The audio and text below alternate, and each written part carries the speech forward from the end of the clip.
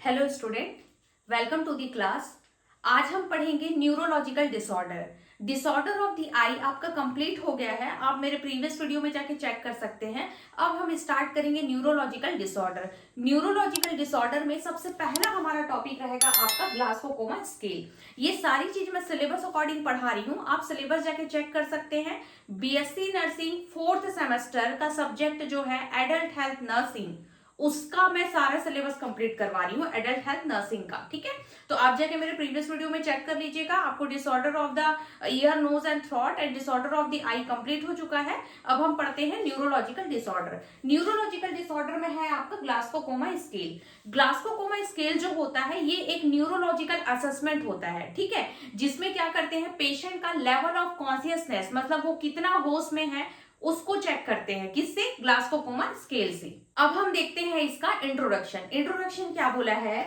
It was first publish by Tisdale and Janet in 1974। ठीक है, टिस्डेल and Janet ने 1974 में ग्लासगो-कोमा स्केल को इंट्रोड्यूस किया था। ठीक है, this tool is used to assess neurological condition of patient और check loss of consciousness। ये जो टूल होता है ये क्या असेस करता है, पेशेंट का न्यूरोलॉजिकल कंडीशन को, और दूसरा लॉस ऑफ कॉन्शियसनेस, उन्होंने कितना कॉन्शियस अपना लॉस किया है, उसका स्केल के थ्रू हम असेस करते हैं। तो ये आपका कौन बताता है? Glasgow coma scale.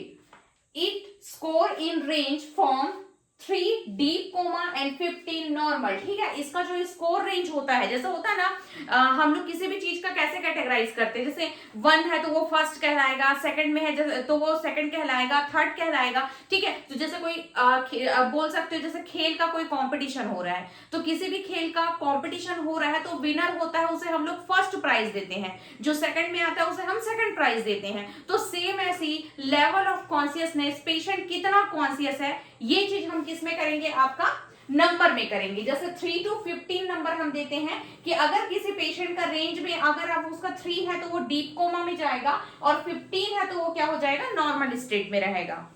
तो अब हम इसमें देखते हैं मेन स्कोर और मैक्सिमम स्कोर। ठीक है, मतलब मिनिमम स्कोर और मैक्सिमम स्कोर। तो इसमें आता है सबसे पहले आई रिस्पॉन्स। मिनिमम है आई रिस्पॉन्स का 1 देंगे, और मैक्सिमम जो रहेगा वो 4 रहेगा। फिर आता है आपका वर्बल रिस्पॉन्स। वर्बल रिस्पॉन्स का मिनिमम स्कोर 1 है और मैक्सिमम जो है वो 5 है। फिर आता है आपका मोटर रिस्पॉन्स। ये जो रहेगा उसका भी मिनिमम 1 रहेगा और मैक्सिमम 6 रहेगा। ठीक है, वो जिस तरह से रिस्पॉन्स कर रहा है, अगर बिल्कुल बहुत ही कम रिस्पॉन्स कर रहा है तो मतलब वो एकदम मिनिमम कंडीशन में है, तो हम उसे 1 में कैटेगराइज करते हैं, और बहुत ज्यादा रिस्पॉन्स कर रहा है तो हम उसे 4, 5 और 6 में कैटेगराइज करते हैं। अगर आप दोनों को प्लस करते हो तो मिनिमम में आपका आता है 3 एंड मैक्सिमम में आता है आपका 15। तो अगर उसका आई रिस्पॉन्स, वर्बल रिस्पॉन्स और मोटर रिस्पॉन्स, ठीक है, मतलब देखने का उसका प्रक्रिया हो सकता है, दूसरा साउंड वेव बोलने की प्रक्रिया, एंड तीसरा मोटर रिस्पॉन्स मतलब हाथ पैर चलने की प्रक्रिया, अगर ये तीनों मिनिमम है तो वो आपका 1 में हम स्कोर करेंगे, और इस कंडीशन में पेशेंट जो होता है वो डीप कोमा में रहेगा। ठीक है, अगर ये चीज अगर मैक्सिमम में जा रहा है तो अब हम इसको देते हैं, तो वो होता है आपका 15 देते हैं। तो ये इसमें पेशेंट जो होगा वो नॉर्मल कंडीशन में रहेगा, जैसे आप और मैं हैं। फिर आता है आपका, इसको हम लोग निमोनिक में अगर हम लोग देखते हैं तो निमोनिक मतलब क्या होता है, जैसे याद करने के लिए मैं कुछ ऐसा आपको ट्रिक बता रही हूं। तो निमोनिक क्या है आपका, इसमें ESPN। ठीक, ESPN में ई में आएगा आपका आई ओपनिंग स्पॉन्टेनियसली। ठीक है, तो इसमें क्या रहेगा, आई ओपनिंग स्पॉन्टेनियसली में वो क्या करेगा, खुद से आंख खोलेगा। तो खुद से आंख अगर वो खोल रहा है तो उसको हम स्कोर में देंगे 4। फिर आता है एस में टू साउंड, मतलब वर्बल स्टिमुलाई, मतलब वो जो बोल रहा है, आवाज कर रहा है, तो उसे हम काउंट करेंगे 3। फिर आता है पेन, अगर उसे दर्द है तो उसे हम काउंट करेंगे 2, और बिल्कुल भी रिस्पॉन्स नहीं कर रहा है, नो रिस्पॉन्स है, तो उसे हम काउंट करेंगे 1। ये किस में आएगा, आपका आई रिस्पॉन्स में आएगा। फिर सेकंड होता है आपका वर्बल रिस्पॉन्स। वर्बल रिस्पॉन्स में आप निमोनिक कैसे याद करोगे, आवर कंट्री विल। ठीक, आवर कंट्री विल से आप याद करोगे। किस इसमें आता है आपका अवर, अवर में आप क्या बोलोगे, आपका oriented. Our country will say आपको याद रहेगा निमोनिक का ही वर्बल रिस्पॉन्स। तो अवर में ओरिएंटेड मतलब I am at the hospital. ठीक है, मतलब क्या बोल रहा है वो पेशेंट, उसको पता है कि मैं हॉस्पिटल हूँ, ऐसा नहीं कि मैं कहाँ हूँ, मैं यहाँ क्यों हूँ, ऐसा नहीं आ रहा है। जब अगर वो ओरिएंटेड है तो हम उसको स्कोर करेंगे 5। फिर आता है आपका कंट्री। कंट्री में हम उसको किससे याद करेंगे, कंफ्यूज को हम किससे याद करेंगे, कंट्री से याद करेंगे। तो कंफ्यूज है, I don't know, may be hotel, confuse है, अगर वो हॉस्पिटल में है लेकिन फिर भी अपने आप को नहीं बता पा रहे कि वो एग्जैक्टली कहाँ है, हो सकता है मैं होटल में हूँ, हो सकता है मैं घर पे हूँ, तो उस कंफ्यूज स्टेट में हम उसे कितना स्कोर करेंगे, देंगे 4 स्कोर देंगे, कि अब हमको पता चल रहा है कि पेशेंट जो है वो कंफ्यूज है, फुल्ली ओरिएंटेड नहीं है। देन आता है W, विन, ठीक, तो इसमें आएगा वर्ड इनएप्रोप्रिएटेड, क्रिकेट, होटल, इसमें आएगा अवर कंट्री विन, इसको आप W नहीं विन में याद रखेंगे। तो इसमें आएगा जो उसकी वर्ड्स हैं वो इनएप्रोप्रिएट रहेंगे, मतलब बोल सकते हो बिल्कुल भी रिलेटेबल नहीं रहेंगे। वो हॉस्पिटल में है, उसका ट्रीटमेंट चल रहा है, या फिर उसका एक्सीडेंट हुआ है, कुछ भी जो हुआ है उससे वो रिलेटेड नहीं बोलेगा, वो कुछ भी वर्ड बोलेगा, ठीक है। तो वो जैसे हो सकता है क्रिकेट बोल रहा है, होटल बोल रहा है, इस टाइप के उसके वर्ड्स इनएप्रोप्रिएट है, तो हम उसे 3 स्कोर करेंगे। फिर आता है आपका आई, ठीक है, इसमें आता है आपका इनकॉम्प्रिहेंसिबल साउंड, ठीक है। जैसे इनकॉम्प्रिहेंसिबल साउंड में जैसे हम लोग बार बार उसे क्वेश्चन कर रहे हैं, आपका क्या नाम है, आप कहाँ से आए हैं, तो वो कैसे कर रहा है, ई, मतलब इस टाइप के जो साउंड्स वो कर रहा है, वो दे रहा है, वो साउंड प्रोड्यूस कर रहा है, तो उस कंडीशन में हम उसे स्कोर 2 देंगे। फिर आता है आपका एंड, जिसमें रिस्पॉन्स ही नहीं कर रहा है पेशेंट, हम कंटिन्यू क्वेश्चन कर रहे हैं बट कोई रिस्पॉन्स नहीं कर रहा है, तो वो आपका नो रिस्पॉन्स रहेगा, वो 0 रहेगा। नेक्स्ट है आपका non verbal response. Non verbal response मतलब अब हम बात कर रहे हैं मोटर रिस्पॉन्स की, ठीक है। तो मोटर रिस्पॉन्स में जो आपका निमोनिक वर्ड है वो है आपका कांट लिव विदाउट फैंस, ठीक है। कांट लिव विदाउट फैंस में सबसे पहले हम देखते हैं कांट।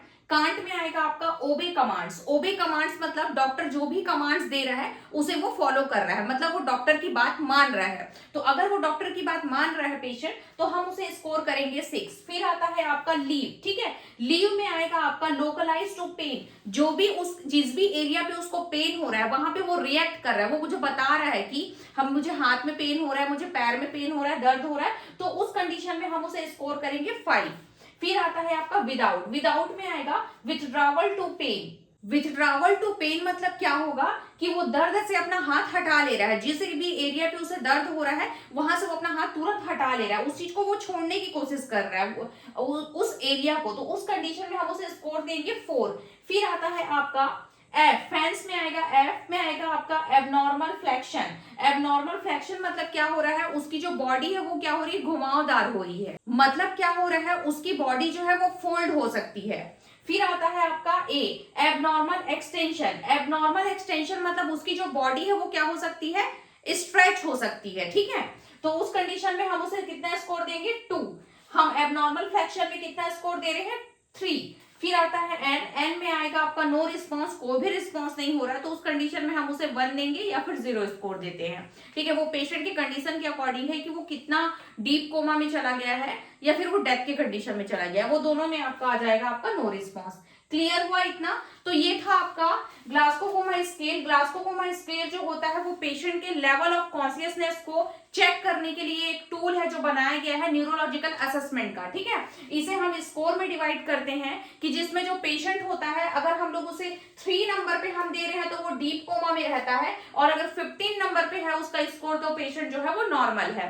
तो जिसमें आपका EVM रहता है, जिसमें आई रिस्पॉन्स, वर्बल रिस्पॉन्स और मोटर रिस्पॉन्स। आई रिस्पॉन्स का निमोनिक वर्ड है आपका ESPN, जिसमें आएगा आपका आई ओपनिंग स्पॉन्टेनियसली, मतलब वो अपनी आंख खोल सकता है, ठीक है, साउंड प्रोड्यूस कर सकता है, कोई पेन है तो वो उसे बता सकता है, और अगर नो रिस्पॉन्स है तो कोई रिस्पॉन्स नहीं करेगा। तो इस सारे कंडीशन में हम स्कोर देते हैं 4, 3, 2, 1। वर्बल रिस्पॉन्स का निमोनिक है आपका our country win. Our country win में अवर में आपका पेशेंट जो है वो ओरिएंटेड है, वो बता रहा है वो एग्जैक्टली कहां पे है, स्कोर में हम उसे 5 देंगे। कंट्री में हम उसे कंफ्यूज बता रहे हैं, अगर पेशेंट कंफ्यूज है तो वो बता नहीं पाएगा कि वो एग्जैक्टली कहां पे है, तो जैसे वो बोल रहा है कि मुझे नहीं पता, आई डोंट नो, शायद मैं होटल पे हूं, तो इस टाइप का उस स्कोर में हम 4 देंगे। विन में आएगा उसके वर्ड्स इनएप्रोप्रिएट रहेंगे, बिल्कुल भी इररेलेवेंट रहेंगे, रिलेटेड बिल्कुल नहीं रहेंगे। फिर आता है आपका आई में इनकॉम्प्रिहेंसिबल साउंड जो होंगे वो उसके इनएप्रोप्रिएट रहेंगे, जैसे इस टाइप के साउंड देगा वो जब भी हम कुछ भी उससे क्वेश्चन करेंगे। स्कोर में हम उसे 2 देंगे।